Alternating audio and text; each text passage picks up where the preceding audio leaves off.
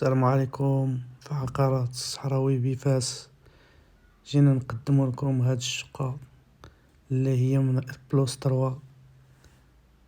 هذا المدخل الرئيسي. هاد لابارطومون كيما كتشوفوا معايا الارضيه ديالها كلها رخام. هنا كيتواجد صالون وسيجور. الصباغه في هاد لابارطومون بلاتينيا، فيها فينيسيون مزيان.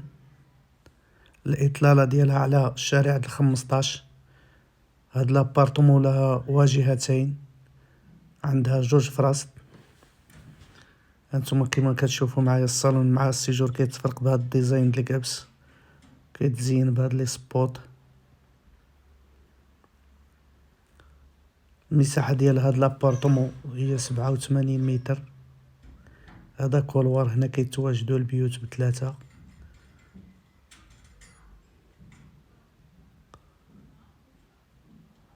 هذا حمام هنايا، حمام ديال العموم متسع. متتبعينا الكرام، خليكم معنا على الفيديو حتى التالي باش تطلعوا على كل ما في هاد الشقة. فعلوا معنا الجرس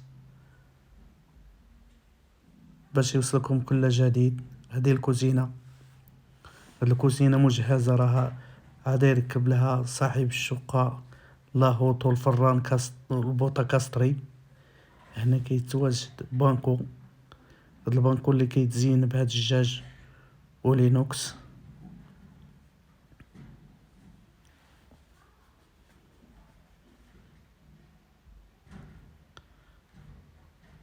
جليش في هاد الكوزينة حتى البلافو الخشب ديال هاد لابارطومون هيتر.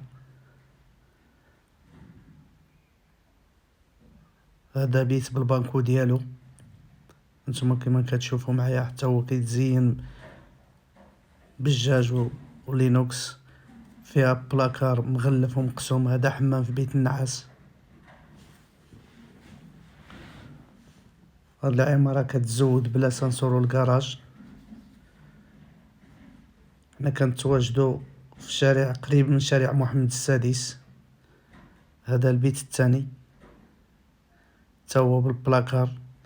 هاد البيت له واجهتين كما كتلاحظوا معايا. هذا هو البيت اللي جاي شوكة.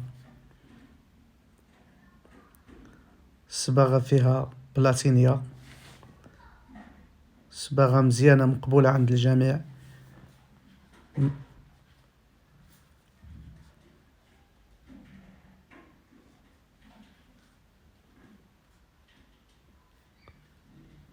هذا البيت الثالث.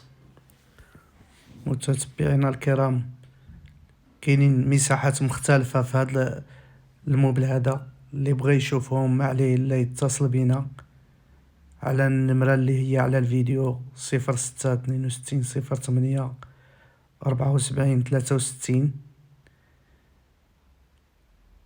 مرحبا بمشاهدينا الكرام أينما كنتم.